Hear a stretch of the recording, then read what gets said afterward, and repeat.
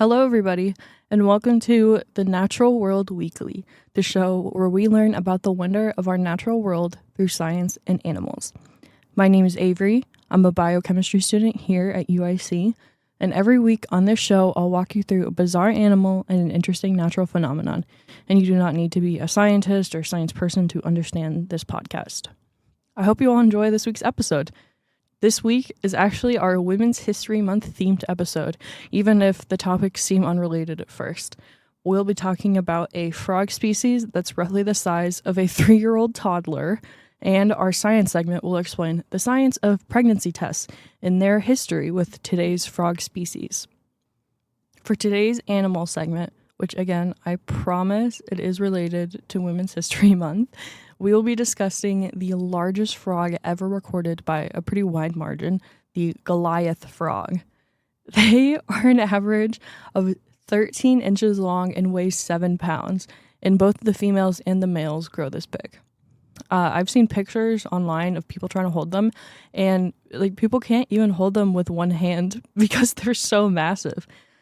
Their native range is pretty small. They really only exist in Equatorial Guinea and Cameroon in their rainforest, and those countries are in West Africa.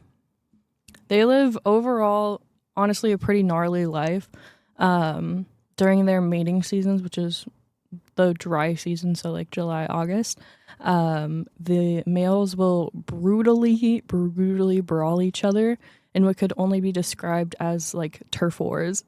They make nests for their eggs in rivers, and so they fight off each other for prime real estate space to make their nests, with brawls routinely ending in fatalities.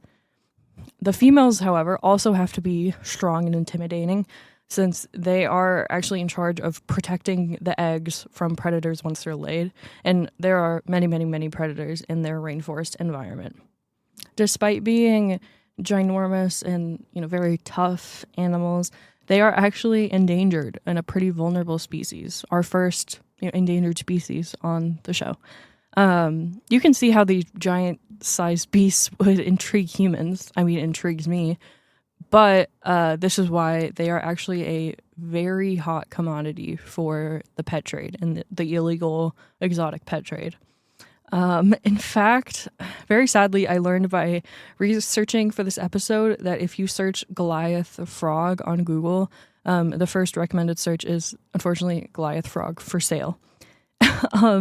They sell for hundreds and hundreds of dollars per frog, especially higher now considering they've been put under legal controls due to the rapidly dwindling population. And since it's, a black market and controlled, they're more expensive.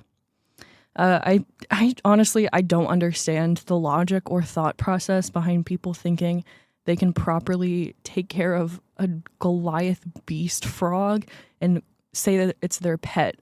It's not a pet. That behavior, to me, it kind of screams like Florida man for some reason, but I don't know. In addition to people wanting a giant ass frog as a pet for some reason, they also do attract hunting from both locals and traveling poacher trophy hunters alike. Honestly, I do understand from a local perspective. Imagine you are malnourished and need food, and there's a frog the size of a small child in your backyard. I feel like most people would try to hunt those to feed their family. It has been made illegal to hunt them now since they're endangered, but illegal poaching is still prevalent. However, they're not as easy of a catch as you might think. And this is my favorite fact about our animal today. They have an astonishing max jump height of 3 meters, or just under 10 feet for my freedom uniters out there. I don't have the bruh sound effect today, so unfortunately I can't do that. But for reference, the Olympic men's high jump record is 8 feet. So they jump 2 feet higher than the highest jump ever recorded by a human. Isn't that insane? No, I do understand that the poachers are pretty desperate for food and money, but man, seeing a 7-pound frog jump at 10 feet in the air would be more than enough to scare me off for good and choose a different animal. That is just insane to think about. That is honestly pretty much all there is for the Goliath frog. I know that was shorter, but there isn't a ton of, information about them just because they're a pretty niche species, not super prevalent. But I did love talking about them. They're honestly, after this, they're probably near the top of my animals to see in the wild bucket list. I'd love to see them in their native range especially during mating season in their brawl sessions. I'd love to witness that. And I'd also love to witness their crazy jump height. I think that would be very, very cool. But now we are going to move on to our longer science segment where I will finally make the link of frogs, especially African frogs, to Women's History Month. For today's science segment, we'll be talking about how at-home urine pregnancy tests work, as well as the predecessor to the modern urine pregnancy test, African frogs. What about pee gives away that you're pregnant? It seems completely unrelated to a fetus. I mean, the fetus isn't living in your bladder or your pee hole. Why does your urine say that you're pregnant? Well, there's a hormone called human chorionic gonadotropin, but people just say HCG because that's easier. But not for me, apparently. And it's given off by early embryos about 6 to 7 days after the fertilized egg implants into the uterus. A lot of it leaves the uterus, however, and goes to your kidneys, where a smaller section of it, called beta HCG, is put into the urine, and thus your pee has this pregnancy signal. HCG critically is not produced or found by really anything outside of fetus tissue, so this is a pretty reliable signal for pregnancy.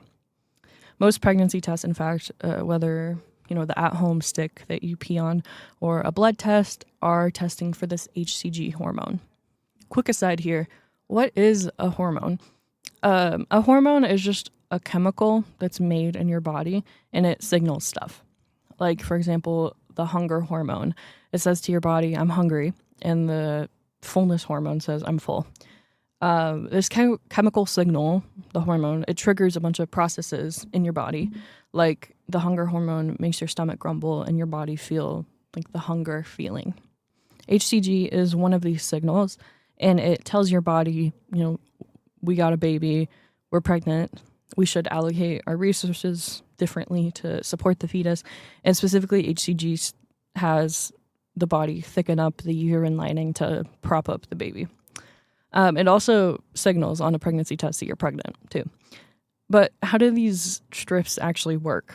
How does it take pee and see the hormone and say, oh yeah, the hormone is in here? When you pee onto a pregnancy test, the pee goes in and lands on what they call a sample pad. It's just where the sample, i.e. your piss, collects as you keep peeing on it. Then it slowly moves down the strip where a mix of two chemicals is awaiting. One of them is just like a colored or fluorescent particle that makes the sample actually show up on the strip.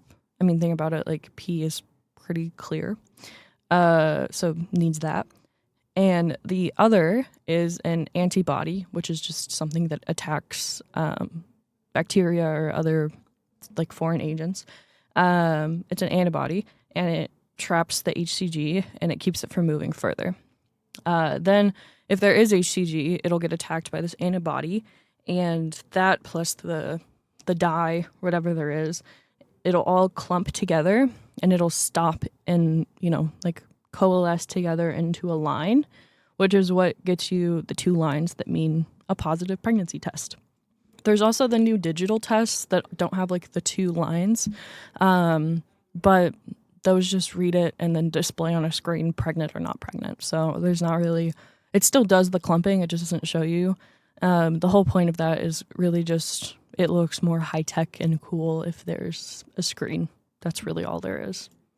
But because of how the two-line traditional pregnancy test works, how you need HCG to clump together like this for it to work, you can imagine that false positives are exceptionally rare, but false negatives can and do happen. For example, if you drink a ton of water and your pee is super dilute, or if you're too early on in the pregnancy for the HCG to fully kick in, you can reasonably expect a false negative, which is why it's always, always, always super important to take multiple tests or get a blood test from a doctor to be completely sure. Also know that if you ever get a positive urine test, you can be pretty darn sure you're pregnant because you definitely have HCG in your pee. Now, if you remember me saying just a few minutes ago that African frogs were used as a predecessor to modern pregnancy tests, like, for example, the Goliath frog that we talked about, you might be curious as to how, that could possibly work.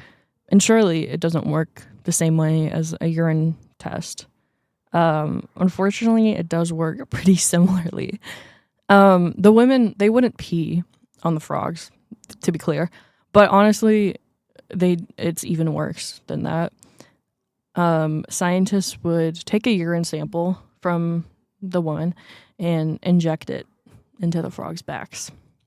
Then HCG, the wonderful hormone we just talked about, it actually triggers female frogs to lay eggs if injected into their body. Even across vastly different species, we share a common pregnancy-related hormone, which I do think is quite beautiful. But anyways, the test was just watching the frogs to see if they laid eggs. Although we can say now that is pretty gnarly and a bit cruel, I do think it was an interesting, intermediate in the process of developing pregnancy tests. At that point, to develop this, unfortunately, I would call a frog holocaust, we knew about HCG. We knew what it was, and we knew beta HCG was present in pregnant urine, and we knew that it also works in other species like frogs, but we didn't know how to develop a test to actually detect it on its own. I think it speaks to the human spirit that we knew all this stuff, but we just didn't know yet how to make a test. So we did this really, ingenious, weird solution for quite a few decades. I think it's just an interesting step in the scientific history process. Now, as you can probably imagine, mass exodus and trafficking of African frogs all across the world had some not great environmental impacts. Also, obviously, as well as the humanitarian concerns of piercing frogs every day. So I am definitely really, really grateful for the urine strip test. It and many other inventions like it, like birth control, safe medical abortions, and period products have done so much for first world women in our freedom. It's truly amazing to me how science can impact human behavior and social dynamics. For Women's History Month, I would like to express my gratitude for these inventions that give us freedom and choice, as well as acknowledge that there are still millions of women who don't have easy access to reproductive health care or just health care at all. We have a really, really long way to go to invest in third world healthcare systems, but I wanted to close off this episode with sharing some good news about it. Last month, the Maternal Center of Excellence in Sierra Leone opened, a cutting-edge facility for reproductive pregnancy and birth care. Sierra Leone previously had the highest maternal mortality rate in the world for a long time. In 2019, the lifetime risk for a woman to die in childbirth was 1 in 20. For reference, it's 1 in 4,000 in the US. However, increased funding towards building their healthcare system has significantly lessened that risk for Sierra Leoneans, and it's only projected to grow with the Center of Excellence's new operations. It just goes to show that we can reduce crises that seem impossible, and we can save human life if we just invest in them. Thank you all so much for watching our Women's History Month episode. I hope you enjoyed it. Shout out to all the women out there. If I had an air horn now, I would put that, but unfortunately our soundboard is not working. I do really enjoy doing themed episodes with the time they're released, so please let me know if you'd want any themes featured. I hope to see you all next week. Reminder that all sources will be linked in the description, and until next week, remember to stay kind and curious.